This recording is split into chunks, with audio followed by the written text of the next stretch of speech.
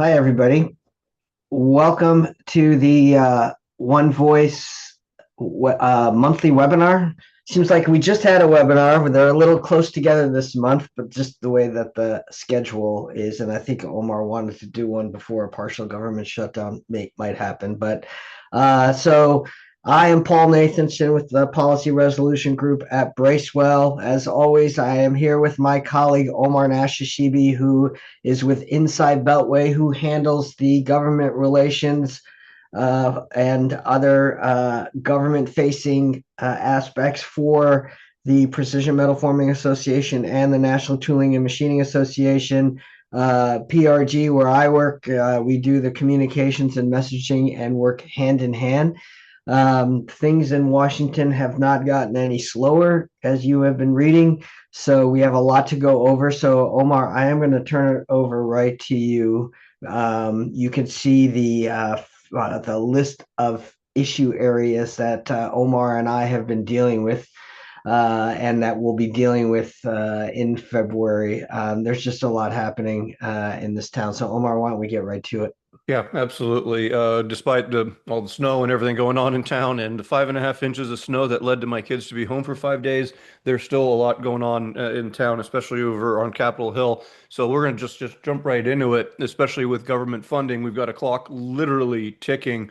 We now have 11 hours and 58 minutes until a potential partial government shutdown.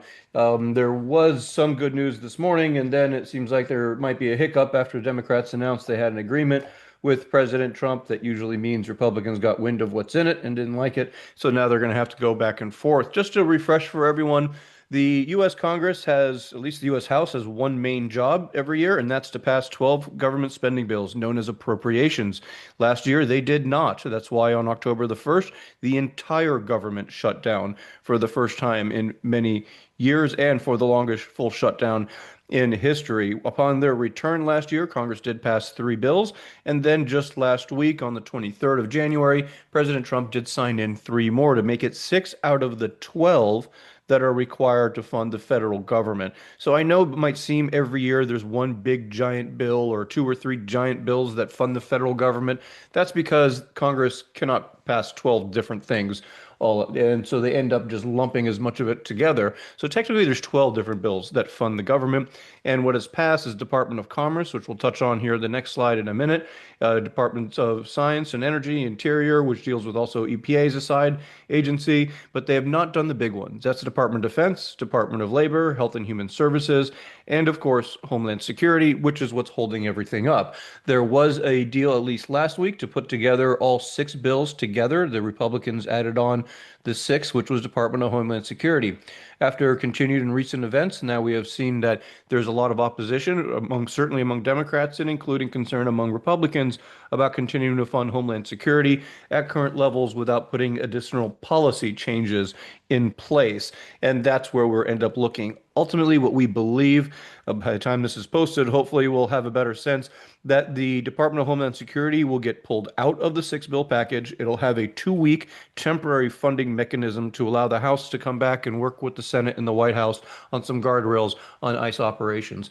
And that's most likely the best case scenario that those that are concerned about the Department of Defense, Department of Labor, and the other big bills that impact manufacturing want to see go through. And we want to keep in mind we have not had a Department of Defense bill now since calendar year 2024, and that's been really hurting a lot of new starts and updates, and certainly on workforce training and education. I did want to flag here, picking up on some conversations that we'd had with this group on manufacturing extension partnership programs. The every single state plus Puerto Rico has a manufacturing extension partnership center. Many of them have more than one. Some states have half a dozen or more. MEPs are public-private partnerships that work with manufacturers. They receive partial funding from the federal, partial funding from the state government, and the remaining from the recipients of the services that are paying for them. Private manufacturing businesses, small, medium size. Some are great, some have some challenges, and they all provide a varying level of services, everything from ERP support to accounting strategies to job training and just overall strategic advice. The administration last year began cutting funding for them and proposed to zero out MEPs and then also stopped renewing the contracts of 10 MEP centers last April that they subsequently reinstated after pressure from Capitol Hill and groups such as ourselves and others. There's language included in the law that the president signed last week that restores full funding for $175 million for the MEP centers, which again, in the grand scheme of a federal budget, 175 million is not even a rounding error. And the MEPs also have language in here that's signed into law that requires the program to maintain an MEP center in all 50 states. And that's important as we get into the administration, which will likely, we expect, to potentially propose in the president's budget request to come up with some additional cuts, if not again, trying to zero out MEPs as they go back and forth on this. Just wanted to flag that they are back up and running in every state with the exception of Ohio, which is on a separate track due to an audit by the federal and in some ways the state government there as well. Overall, in the Department of Labor, this is pending. This is not law until the president hopefully signs it tonight, or they have a deal here in the next few hours. And that deals with the government spending for the Department of Labor and Education. Perkins state grants are up $1.4 billion there. We see Perkins CTE Career and Technical Education. That one's the Department of Labor area. That's at $1.45 billion. And that sees an increase of $50 million based on the House proposal. A number of good funding levels here. Registered apprenticeship programs continue to see some strong support. So this is, again, the reason we mention it is it's the first time we're having in 2 calendar years actual government spending for new programs and reviewing existing programs and then making updates where necessary. So this is certainly progress if and when the president is able to get a bill to his desk from the U.S. Senate in the next now 11 hours and not 52 minutes. So not much more time to go. Let's talk about the regulators a little bit. And the next 4 or 5 slides are going to be strictly on the IRS now that tax season has opened as of Monday. We strongly encourage you to make sure that you have these conversations with your tax preparers, pass it over to your CPAs, your CFOs. Many of you are already starting to receive inquiries from them about what you're dealing with and also your payroll, which we'll talk about in a moment. The IRS filing season website that they've got here posted, you'll see a link on the right. This is really more geared towards individuals, but we are increasingly seeing that employers are working with their employees to help them have a better understanding of some of the tax credits and, more importantly, refunds that they might potentially be available to receive. We do know, for example, if you take a look at this site, it'll talk about the earned income tax credit, child tax credit, any others that might be available for employees. So this is a pretty good one-stop shop for individuals there as well. But we are expecting from the Department of Treasury has indicated that they're going to expect at least $1,000 more in refunds to the typical taxpayer to come out this year.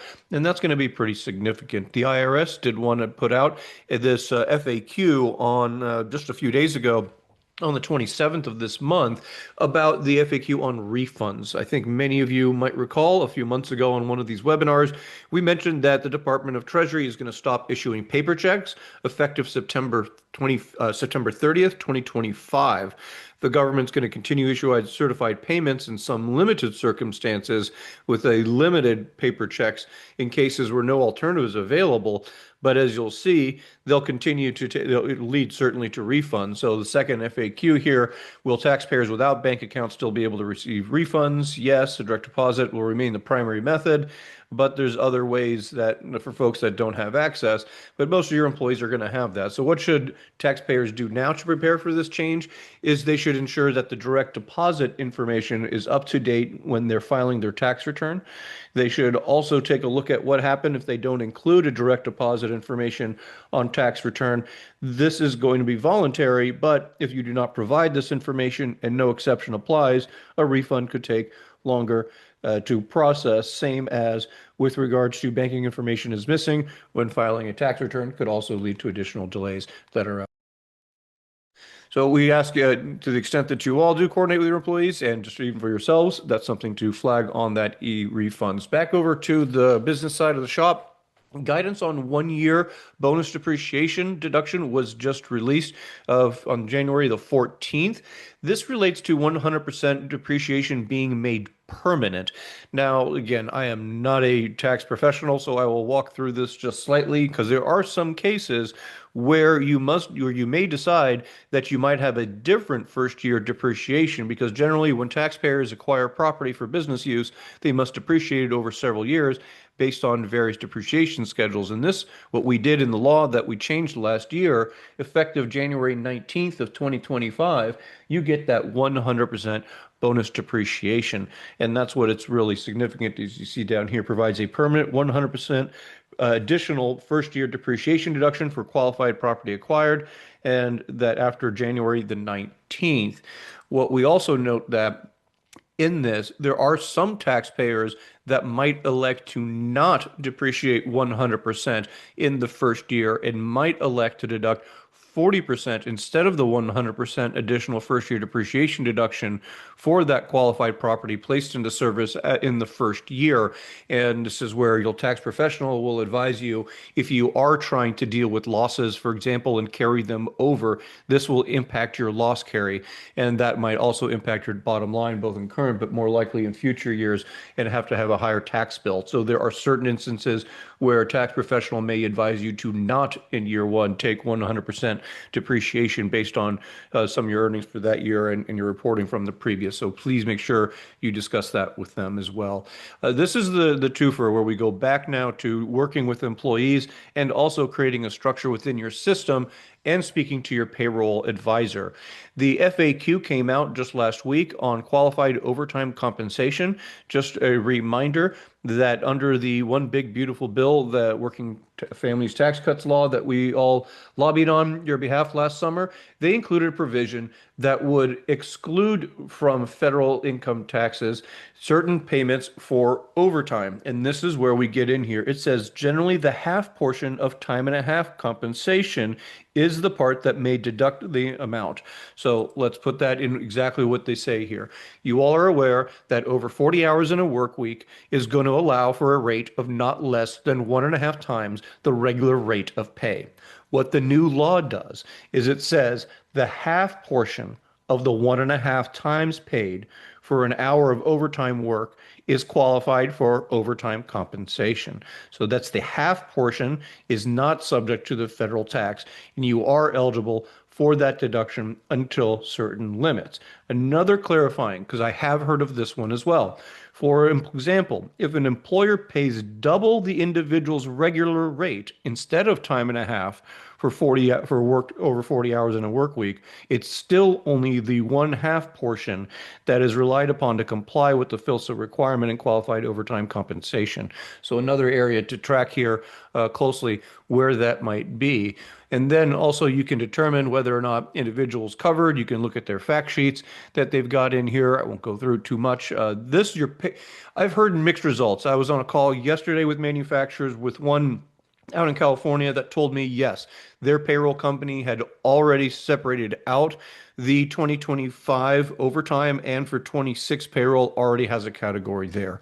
Another one said the payroll had not approached them. A third says, yes, they are starting to get a little bit more information on giving it as an option out there rather than mandating it. So being prepared that if an employee asks to be able to put it on for payroll. So now is the time to start thinking about this. If you haven't already, here's to whom it applies. The deduction is up to $12,500 for qualified overtime compensation earned for the year per return, $25,000 in the case of a joint return, and then it's reduced if you exceed $150,000 annually and $300,000 for the joint filers. Now, again, not a tax professional, but the numbers that I've seen says it's very, very difficult getting just the half of the time to get up to the 12,500. So this should cover the vast majority of employees that are out there. I encourage you to take a look at this one there as well. Shifting off of the IRS and tax filing season and coming into OSHA as we're looking at their enforcement timelines. I was on a call last Friday on this and a few other issues on lockout tagout, which we're hearing might be slipping a couple of months. They were going to try to put out a proposed rule in April. Same thing, the indoor outdoor heat rule. There's still discussion going on that as well. And then OSHA hazard communication standard compliance is when you've got chemicals and other things in your facilities that you've got certain disclosures and communications here. Manufacturers, importers, and distributors for evaluating substances. You've slipped some deadlines there to May from January. The labeling one is very important as well. You'll notice the update hazard communication program and employee training for substances. This is probably the one that's going to impact, and then the bottom impacting the vast majority of our One Voice members. So would suggest that the most recent here, the July 20th to November 20th, start thinking about internally and looking at your safety advisors, your EHS teams, what you need to be doing there as well. This is the obvious. You see this from us every year. We'll do this again next month just to make sure that you can't blame us if you didn't hear it. But your 300-day postings, you should have already been doing this, or excuse me, not should be, but getting ready to do this on Monday. Or this weekend. February 1, employers must post their 300A summaries of injuries and illnesses recorded in 2025 at workplace until April the 30th. So that's where you'll see your log of work-related injuries and illnesses, your Form 300, and that's what needs to get posted separately. By March the 2nd, you have to e-file. That's the deadline for covered employers to submit their 2025 injury and illness data through the injury tracking application. If you click on that link below, it'll take you to the filing. Most of you by now already have an account set up. We've walked through this way back in the Obama years of the process for e-filing that continues there from OSHA. So just flagging it that you've got a deadlines coming up, two of them, one to post this coming week, and then the other for the e-filing that's got to happen by March the 2nd. Wage and hour division, we mentioned that they started issuing a one-stop shop for opinion letters to make it simpler for industry to be able to track those. And now they're starting to do the same with compliance tools. This is a large part of meetings we had earlier in the year with the administration, where they were really emphasizing how they wanted to have more of a cooperative approach. And so now there's a one-stop shop where you can see videos, toolkits, a number of different areas there as well. The Department of Labor and Education, we've mentioned this in the past, but now they are formally setting up state plan guidelines. And so they can release updates under the Workforce Innovation and Opportunity Act for the state plans that deal with the America's Talent Strategy. So this is a requirement that states are required to submit four-year state plans, and so they're working through that process right now. I just want to flag they moved Apprenticeship Week. We used to do it in November. It's now going to be April 26th to May 2nd. We spoke with the Labor Department a couple of months ago on this, a bit after Labor Day, and they are certainly ramping up activities that they plan on using to help promote their initiative around registering 1 million apprentices here into this administration. And we mentioned last month in our January 9th event that the Department of Labor had created a new registered apprenticeship sponsorship grant, and these are now open. The fund portal is now open and accepting applications, and you can receive up to $3,500 from each new apprentice that's hired. The first link that you see there, Connect to American Manufacturing Innovation Incentive Fund application portal, that's a live link. You click that, it'll jump you straight to the portal. The one before that will give you a little bit more information. My concern with programs such as this is when you've got just a limited amount of money, they tend to give it out until it's expended. That means first come, first serve in some cases. I'd suggest take a look at the applications, and if it's not too onerous, there might be an opportunity to bring some money back home. EEOC, this is more on the technical side, is now going to have to require approval for litigation, meaning the general counsel just simply can't move in on their own. We also had the EEOC rescind their 2024 harassment guidance, which the Biden administration put forward and consolidated prior harassment guidance addressing race, color, sex, religion, national origin, age, disability, genetic information, and EEOC's position on LGBTQ. Much of those were not fully enforced, and so the guidance comes back to being where we were on that. So that's not entirely a surprise that EEOC is doing that as well. A few things on the EPA side, and this is where we're seeing the step up in activity. I know Paul's firm at Bracewell is really connected and really active in this space, but we are anticipating quite a bit of activity now that EPA's had a full year that's out there. Just got a quick question about the apprenticeship program. It's the also we'll just go back a quick couple of slides. That is the incentive fund portal. It says now accepting applications, so this should be open and live as of January the 28th. So do encourage you to take a look there and see how that ends up going. A few things that the EPA is doing. They're no longer going to assign monetary value to some of their rules, and including particulate matter 2.5. That is a very significant step. What the Biden and Obama administration used to do is affix a certain dollar amount that would say this is the amount of overall savings, in large part due to improved personal health from these new reductions in emissions. Now, with the revocation of assigning a monetary value to these EPA rules, that will change the calculation and the justification for them. And if it's maintained, then obviously would do so for future administrations. I suspect this is going to be subject to lawsuits, and so we'll see how that ends up going. And they're going to continue to quantify emissions, but they're not going to monetize it. Whereas the Biden administration said it's about $77 in terms of what there could be of $1 spent in reducing PM 2.5 could be 80 or $77 in health benefits. They also used to do cost benefit analysis that say it's over $300 in some cases, and now it's down to zero. This one doesn't really hit you all. It will some of your suppliers and foundries and some of the others, but the EPA is weakening their gas turbine nitrogen oxide rule. And so this will effectively make it so manufacturing facilities with gas turbines are going to be facing less controls. Some plants will actually end up having weaker limits than they did in 2006 by some readings of this. There are some special carve-outs entirely that's on there. But also the EPA is also not going to monetize the health benefits from reducing NOx, similar to the PM 2.5. So that again, potentially subject to lawsuits, but that would be really significant for those more heavy manufacturing industries rather than precision that do have gas turbines in their shops, and maybe a handful of you do as well. Lastly, on the EPA at the federal level, EPA is looking to reverse their good neighbor plans. What this is, there was a lawsuit many years ago up in New England that said, hey, he's drifting over from one state to another. That state needs to do something to incorporate a plan. That means that the neighboring emissions coming over into us don't just account against us, and they're taking steps to deal with this.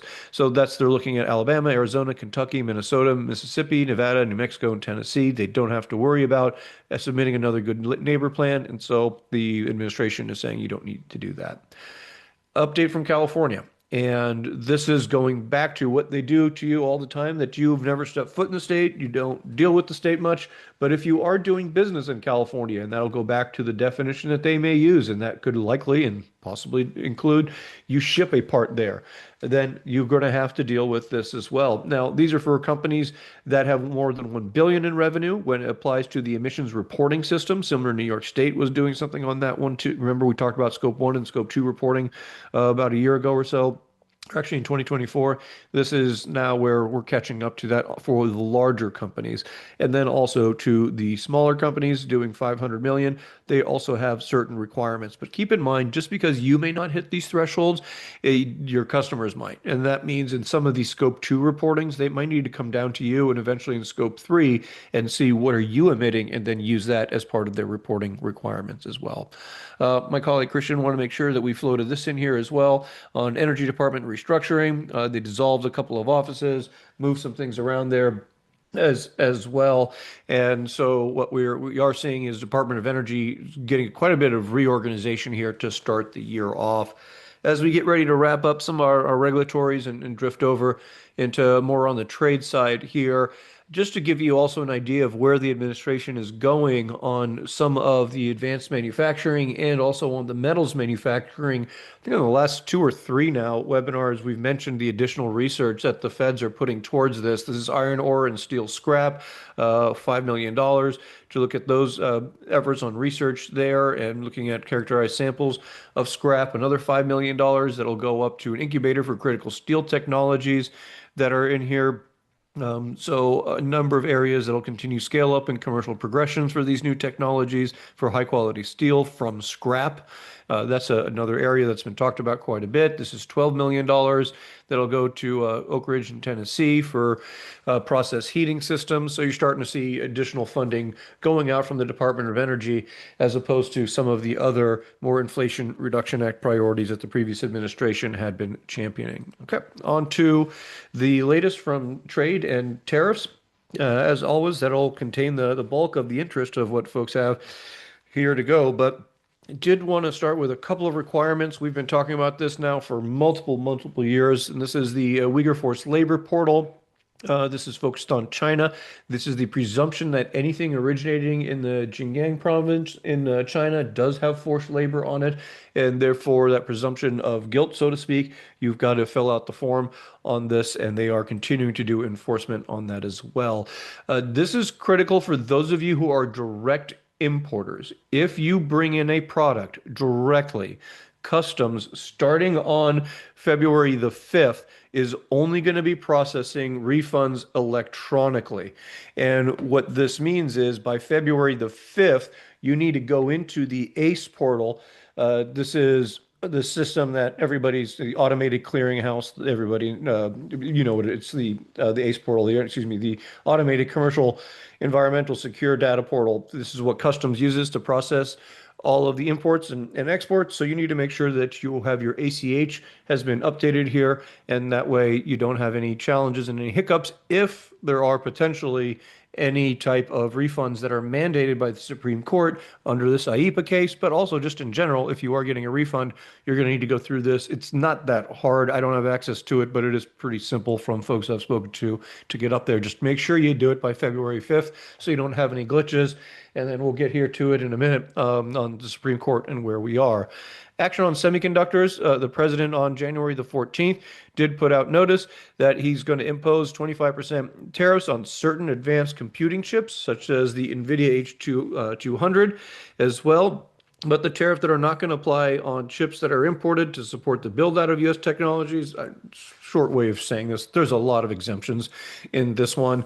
And so they also, for the first, not for first time, but they really also included a number of derivative products for the semiconductors as well, continuing the trend in where they are doing that. But they also did exempt some of the derivatives in addition to imposing the tariff. So they're kind of all over the place on this one, but note that they are moving forward on that. And we did mention that they were doing a temporary exemption for semiconductors coming in from China of certain grades as well for the next couple of years.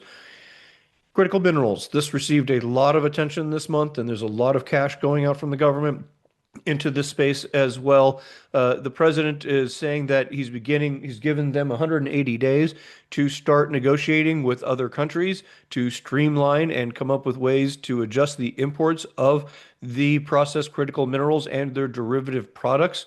So they are right now starting to say what do they need to do to negotiate agreements with trading partners to address the threatened impairment of national security with respects to the imports of these critical minerals. And then after that 180 days, if they are negotiations, if they're not directly completed into an agreement, then we can obviously assume what might be coming next. Trade deal with Taiwan. We do have some manufacturers that are importing from there. And did want to flag that this month the U.S. and Taiwan did come to an agreement on a trade deal with Section 232 tariffs capped at 15% for Taiwanese auto parts, timber, and lumber. And then there's certain aircraft and other components that are going to be down to zero, semiconductors as we can expect, and then along with some build outs in the U.S. So reciprocal tariffs are capped all in at 15%, but if you are bringing in a metal under the 232 or a machine that's now been covered by 232 steel, that is still at 50%. That has not changed there. The U.S. and India did reach a free trade agreement. This is a really big agreement. It's covering 2 billion people, $27 trillion in market size. That's going to be on here. And obviously it dwarfs in comparison UK, but UK is a lot smaller than the European Union. It creates that free trade zone. It has to be ratified. So knowing the EU, that's always a process, but expectations are they still try to get that done this year. And it's clearly in response to President Trump from last year actions. There's zero duties on textiles, apparel, leather. Most importantly for you all, EU is going to reduce tariffs in phases, covering nearly 99% of India's shipments. And that also includes India auto tariffs on EU is going to gradually be reduced from 110% down to 10% with a quota of 250,000 vehicles. The UK only received a 37,000 vehicle quota that was there. And then also if I'm buying machinery from the EU, I'm factoring this last one in here. EU tariffs on machinery up to 44%. So they're reducing that. Chemicals up to 22%. Pharmaceuticals to be eliminated. So that means that the EU suppliers have now other options. It's now no longer too expensive to ship into India if that shop can afford it, now less a 44% tariff.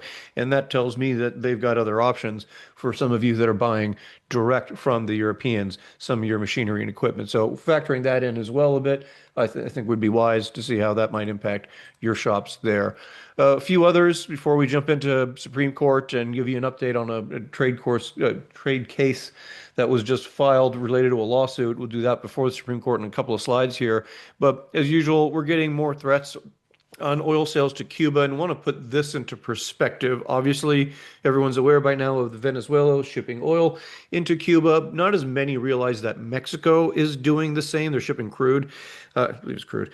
So they're shipping that into Cuba, and the United States obviously wants that to stop. So what we would argue is that this announcement that just happened yesterday, that says that beginning yesterday, that they're going to apply a tariff rate. It doesn't say explicitly what that is. It says it may be imposed on goods imported into the U.S. that are products of another country that directly or indirectly sells or provides any oil to Cuba. Again, that is directly targeting Mexico and will certainly be added to the list. Now, does it mean Mexico is going to have tariffs applied to it? No, just like Canada still doesn't have a tariff on it over the Reagan trade video from the World Series, nor does Canada have some of the other tariffs that have been threatened. Now, he does have one more that were pushed out there. This is over business jets. So if any of you are making components for Gulfstreams or other business jets that are out there, I'm going to charge Canada a 50% tariff on any and all aircraft sold into the United States of America as a result of Canadians slowing down the certifications of U.S.-made Gulfstreams going in there as well. So that's just one added area of disruption for USMCA when those talks get going. Speaking of USMCA, we had a meeting earlier this week and kind of validated some of the thinking of where we might be heading if and when negotiations get going. Still, most of us think we might end up with three agreements, one with Canada, one with Mexico, one overarching that make sure tariff rates are harmonized, auto rules are the same. But there's also others increasingly around Washington that think we might not have an agreement and that each side just extends it temporarily for 1 year starting this July.